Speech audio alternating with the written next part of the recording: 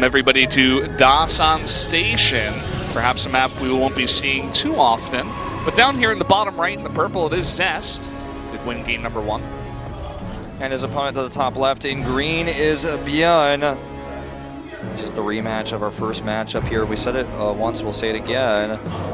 You know, this is GSL Season 1 versus GSL Season 2 right here, right now. Zest started off 2016 being by far the best player in the world with his Pro League results combined with his GSL results. And let's not forget, he was eliminated early in Star League by very powerful opponents. So, you know, if he had just beaten those players, he could have taken both titles potentially in Season 1. It could have been him in the finals instead of Stats of Star League against Dark. And towards the end of this year, he has been slumping, as we saw in that interview even. You see this block here, this is kind of cute. He's been slumping a little bit, but in this group, he looks strong against everybody except Neeb, and I think he perhaps took the wrong approach to fight Neeb. He tried to attack him so aggressively. He tried to find holes in Neeb's play, and Neeb did not give any holes. Yeah. Now, one of the reasons why this is very powerful is because the rush distance by air is so short. He can get that mothership core over here really, really quick. Even by ground. I mean, he got the probe over here so quickly, started just attacking so quickly. He's going to chrono boost out now the mothership core. There's only one Marine out here. This is why this is a really hard map for the Terran. You really just need to deal with this harass very early on that comes out of the Protoss. And let's see how Byun deals with this here. If he doesn't attack the Zealot, obviously it's going to start working on the wall. If he attacks the Zealot, the pylon stays alive. That's what we're going to see here. Like Zealot just kind of buying some time here. Attacks Zealot, Zealot walks away. Pylon's not taking damage. Pylon's going to be at solid health here. He can break through this wall pretty easily here. If nothing else can change here, and just go ahead and commit to that depot. A Cyclone is about to pop out here. He's got a bunker, so he's not going to straight up die to this, but he's obviously going to get pretty far behind, as he's not even building anything from his barracks right now. This tech lab is somewhat exposed, and obviously he wants to kill the Cyclone when it pops out if he can, but it's going to be a tall order. Meanwhile, these Marines doing a lot of damage to both the Zealot, but also that mothership core. The Zealot will go down here. And the Cyclone, once it comes out, I mean, this push is basically over. He needs to leave. Yeah. The thing about it is that Byun is just sustaining so much damage. This map is kind of crazy in that way. And eventually he will hold it off, but not until he loses all of his Marines and 4 SCVs, a supply depot. He needs to reposition the barracks. He loses a lot of, you know, potential building time, you know, production time from the barracks. And eventually he'll pull it back. Zest, he does get that Nexus in the back door and will be able to transition very comfortably from here. Let's not forget, Byun doesn't have a second base. He doesn't have a second command center. He's on one base right now. Zest is adding gateways in a robo just to be safe. He wants to be able to catch any follow-up push that Byun can have, because he also scouted completely there is no second CC. It's not like he's not sure. He's 100% sure. So all he knows right now, all I need to do is survive, and there's no way I lose this game. And so that's what he's going to aim to do. Byun needs to do a strong follow-up attack here of some kind. He has a Cyclone. He's going to see something. Maybe he's just going to do a follow-up one-base Cyclone push, but it's looking very grim for our Season 2 champion.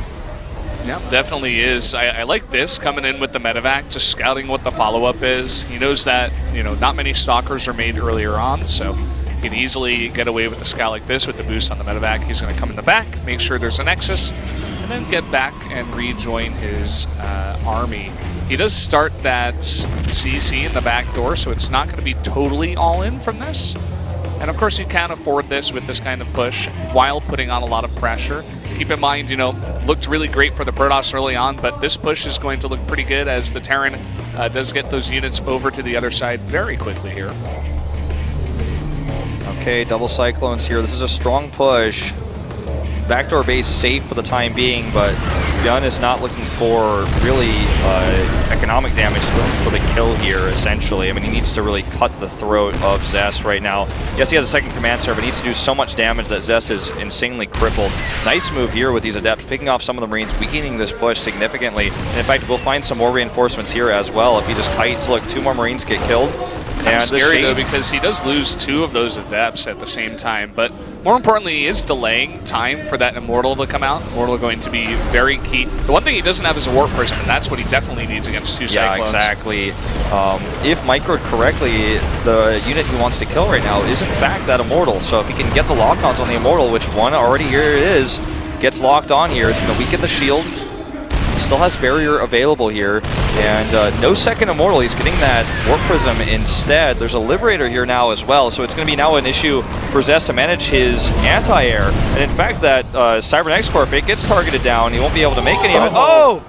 Cannot be making mistakes like this, and he's going to lose that Cyclone. The Liberator doing some serious work here, but I think that this is probably just over. That's going to be it. I mean, he loses a Cyclone, a perfect concave there for all the Stalkers, and immediately the push gets pushed back to the base of Byun here. Now, Zest, with that Warp Prism, he can immediately go on the offense. There are a couple of tanks here, as well as a Liberator, but with that Warp Prism, you can go for 2-pronged harass the back door, and force Byun into a not-so-great position here. He's already backed into a corner. His worker count, not the greatest. He's on 2 bases with mules, but his production, you know, he's really just starting to get it restarted. Stim is a dream right now. I mean, he's so far away from anything pressure-wise he can do. Now that he lost that amount of pressure he had going across the map with his factory tech, Glaives and 5 more gateways on the way. Zest is just setting up for the final swing, the killing blow here. Good Warp Prism micro as well, and Byun may just simply die to this attack. Never mind the struggle to transition after this. I mean, he's not defending here. Does stop the attack at the front, which is nice, but the Liberators are not in position to deal with this. Already 7 more SCVs go down. He can't be losing more. He's already down 10 workers. Tank in tank mode here, trying to help out. Doesn't want to get shaded upon, so I like that he's using this in tank mode with 1 in siege mode. Look at the follow-up attack here, even getting a Dark Shrine. Went ahead Dark Shrine, I guess, even for Zest right now. And he can take a 3rd base too. He has so much money, he could do whatever he wants. It's going to take a miracle for Byun to come back in this game. Yeah, it definitely will. I mean, it's not quite like any of the other games we've seen in this series, but it's similar in the fact that Byun is really on the back foot, just hoping to defend by some way. And look at this, he doesn't even see another huge warping coming in here. Does not have his tanks at the ready, does not have enough units to defend this. He's going to try to boost some tanks over here, but look at this, the SCV graveyard slowly being made over there. He doesn't have enough units to support his tanks, so his tanks can't even properly be in siege mode. He has to use SCVs to try to support that. Good idea to cancel the shape, but again, this base is still not mining.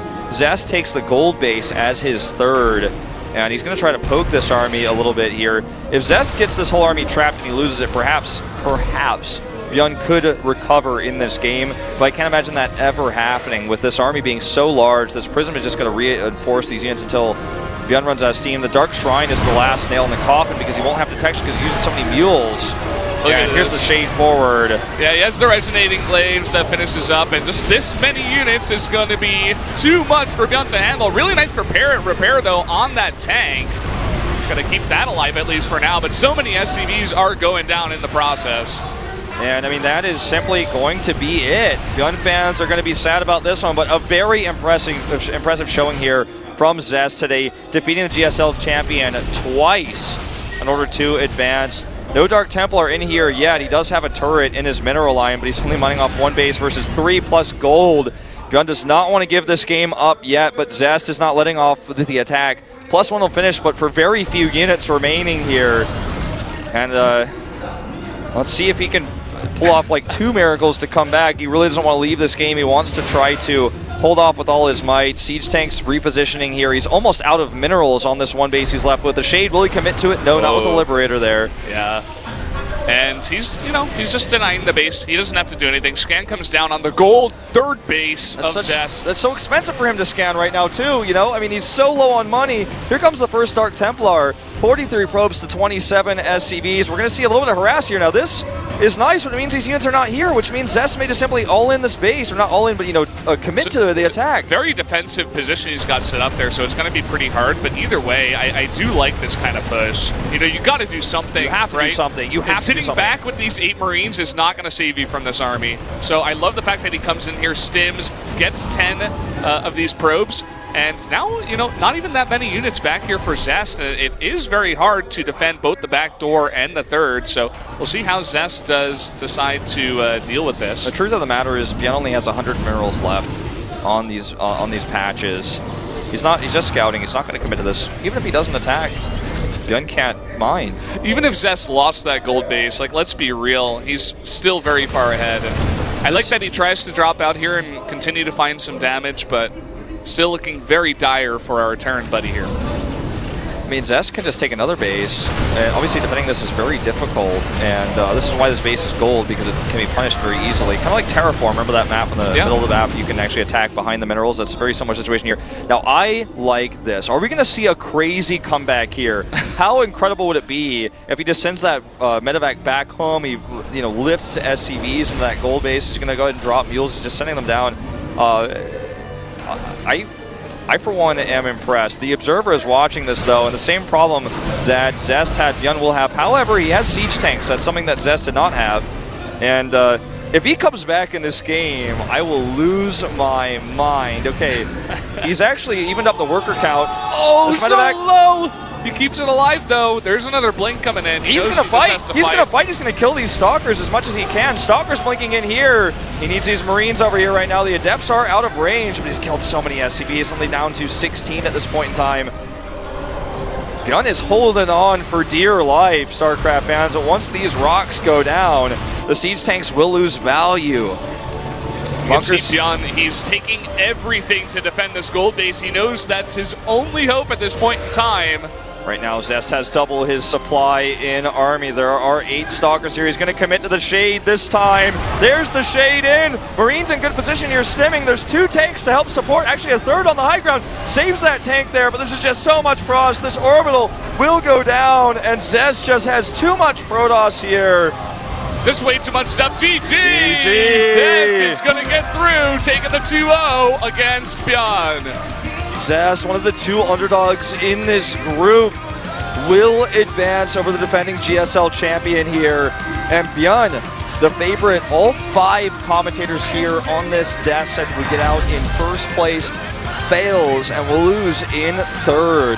Very impressive run here for Zest. He had some problems with Neeb, but at the end of the day, I mean, he did really, really solid in that last, most important matchup. So now he is going to pick a ball out of the box here, and we will see which group he is going to get into. He will be, of course, placed in the 2nd place spot for whatever group that is in the round of 8.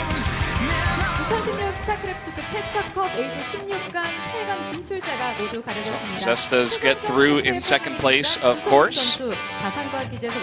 Stay tuned, guys. We will be having an interview with him after he does take the ball out of the box. So first, let's see what group he does get into. It's like, do I have to open this? Yes. It's like a Pokeball. Okay, Group C. There you go. So he will be putting that C2 spot on the bracket. Puts the ball back in. It's like, But there you have it. I believe he will be coming directly over here. I'm not sure if we're going to have a break because I don't think so. We are nearing the end of the show. Yep, it has been confirmed he's going to come straight on over. So we will be having the Korean interview. And just to take a look at how things went down today, Zest taking out Byun in the first match, and then Neeb taking out Rogue.